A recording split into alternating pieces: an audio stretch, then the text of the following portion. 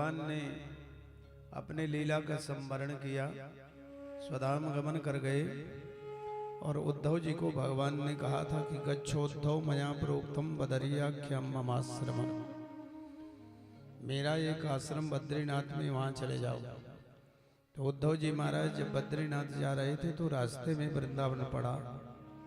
सोचने लगे भगवान की क्रीड़ा स्थली है, भगवान की बाल लीलाएं यहाँ हुई हैं, एक बार इस धरती को प्रणाम करके जाऊं। जाते समय कहीं भी कार्य में भी जाएं और कोई तीर्थ मिले तो उसे वंदन कर लेना चाहिए, वहाँ उनके दर्शन कर लेना चाहिए। इस भावना से उद्धव जी महाराज वृंदावन आए। जब उद्धव जी महाराज वृंदावन आए तो यहाँ पर विदुर जी से मुलाकात हो गई वृंदावन में। विदुर जी ने और उद्धव जी मिलने के बाद में एक दूसरे का प्रश्न समाचार पूछने के बाद विदुर जी महाराज पूछते हैं कि आप कृपा करके बताइए कि भगवान का क्या समाचार है, भगवान कैसे हैं। उद्धव जी कहते हैं आपको नहीं पता, भगवान अपनी समस्त लीलाओं को पूर्ण करने के बाद स्वधाम गमन कर गए।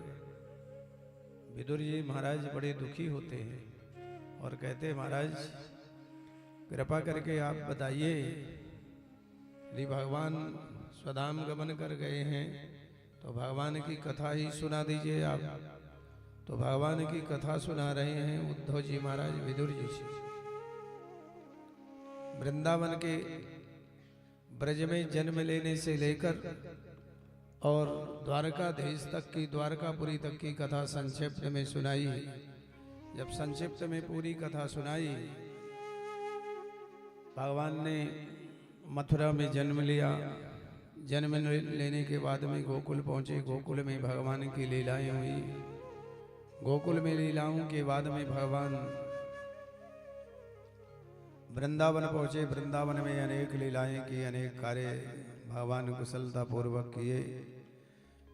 मथुरा पहुंचे, मथुरा में कंस का वध किया और कंस का वध करने के बाद में विदुर जी महाराज भगवान द्वारकापुरी बसाई और द्वारकापुरी में भगवान 16,108 ब्याह किए। अत्यंत कुटुंब हुआ। सब कुछ करने के बाद भगवान स्वधाम गमन कर गए। महाराज विदुर जी उद्धव जी से कहते हैं कि हो गई कथा, आपने तो बड़ी संक्षिप्त में कथा सुना दी, मैं तो आपके मुखारविंद से वृहद कथा श्रवण करना चाहता हूँ।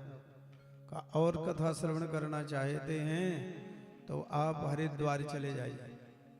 हरिद्वार में कहीं आपको भ्रमण करते हुए महाराज कोई संत मिलेंगे, वो आपको कथा श्रवण कराएंगे। कोई मैत्रेय ऋषि मिलेंगे, वो आपको कथा श्रवण कराएंगे।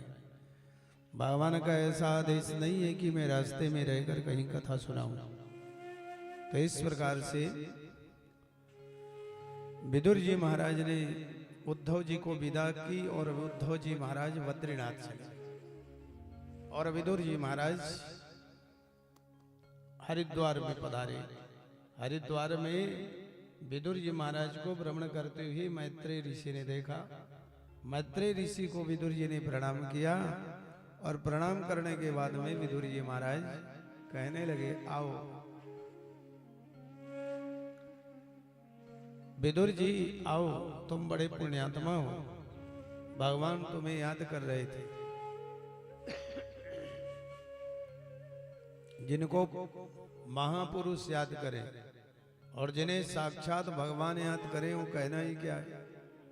भगवान आपकी याद कर रहे थे, मुझे याद कर रहे थे, कहाँ आपको याद कर रहे थे भगवान। आप भाग्यशाली हैं। जब तत्व ज्ञान का निरूपण, तत्व ज्ञान का उपदेश भगवान कर रहे थे, उस समय मुझसे कहा था कि इस तत्व ज्ञान का उपदेश मेरे परम प्रिय विदुर जी को जरूर देना।